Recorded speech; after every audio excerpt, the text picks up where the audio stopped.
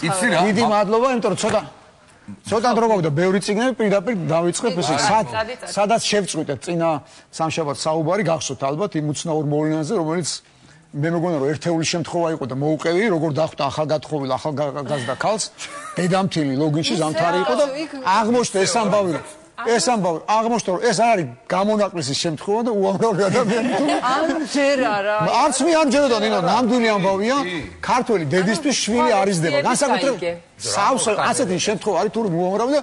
არიზდება და მე რა მახსოვს იცი რომ აი ჩვენი არაპროფესიონალიზმი ჩვენი ინფანტილიზმი პირდაპირ კავშირშია აი ამ დამოკიდებულებასთან ესე იგი შვილების მიმართ როცა ხო გახსოვთ როგორ იყო ესე იგი ადამიანი თვითონ კი არ აკეთებდა პროფესიის არჩევანს არამედ მშობლები და ზოგადად აბარებდნენ იქ სადაც ნიუთითებდნენ ხოლმე ან მოითხოვდნენ იყო ზეწოლა იმედია ზეწოლა მთავრდება ან დამთავრდა იმედია იმიტომ არ ყავს შეუძლებელია ქვეყანას ყავდეს პროფესიონალები იქ სადაც პროფესია თვითონ არიჩევენ გამოვიდა ადასარევი წიგნი აი ზეწოლა ესე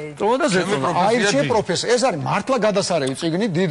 ნუგზარ კანდელაკს მინდა მადლობა უთხრა მან მაჩუკა ეს წიგნი თავის მაისურით და ეს არის გადასარევი შესაძლებლობა ახალგაზრდა ადამიანებისთვის რომ გასაგებია მშობლი რჩევით ხო ყველა რჩევა შეიძლება მოისმინო მშობლი დაწყებული ესეც ზეწოლა ხო არ არის არ არის პირიქით აქ არის თავისუფალი ამწიქს რომ წაიკითხო სიტყვა აირჩიეთ აღარ არის ზეწოლა მე დავამატებდი თვითონ აირჩიე პროფესია ერთ სიტყვასაც დავამატებდი რომ თვითონ გავაკეთოთ ეს არჩევანი რომ თუ გვინდა რომ პროფესიონალი არ ვეყოლებ არასდროს ანუ მშობლებმა კი არ წაიკითხოთ ეს წიგნი ვინც ირჩევთ პროფესიას ვინც ირჩევს პროფესიას რომ ამ ყოველში ცხოვრება აღარ გავაგრძელოთ სადაც ხვისი კარნახით ვირჩევთ ეგ არის გამორიცხული როგორი ზეწოლა იყო ადრე აი ეთქოდა თქვა მამაშვილს რომ აი ახლა შენ აი ეს უნდა გააკეთო თუ არა და მოკვდები შეერი და ეხლა შენ თვითონ გადაწყვიტე და ბავშვი ვეგროს რომ შეერი მოკვდები მაშინ ამაზე უარესი ფრაზების მახსოვს ისწავლე თორე მოგიწევს მუშაობა ანუ ხელი კაცობრე ხო პირიქით ცხოვრობს იმიტომ სწავლობს რომ თელი ცხოვრება მე იშრომოს და ჩვენთან პირიქით იყო რომ იმიტომ უნდა გესწავლო რომ წამოპლაკულიყავი მე და უსაქმოდ ყოფილი აი რა აბსურდი გეძახარ სამი დიპლომი მაქვს და გეძახარ აზრიც ხომ და განათლება კი არის ხო თავი არამედ დიპლომები რომ თქვა 16 ადრე ჩემ თაობაში 16 წლის ასაკში ვამთავრებდი სკოლას ნუ 17 წლის ასაკში როგორ შეიძლება მან უკვე იცოდეს რა პროფესია ეგ არის გამორიცხული არ მჯერა მაგრამ ამავე დროს მანქანები ყავთ უკვე და საჭესთან სხედან და უკვე ამიტომ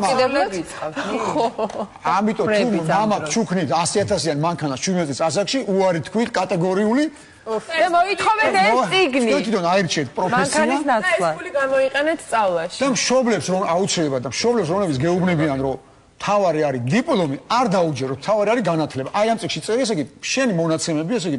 ამ წიგნში წაიგეთ რომ მიხვდები პროფესიულ არჩევანს როგორ უნდა გააკეთო შენი ტალანტები არის და აქ ჩამოთვლილი ესე იგი რა მიდრეკილებები გაქვს რის მიხედვით უნდა გააკეთო არჩევანი მოკლედ გადასარევი წიგნია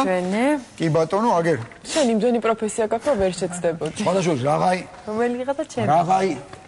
რაღაცა ესე იგი ასეთი ძვირფასი რჩევებით დავიწყეთ დღევანდელი გადაცემა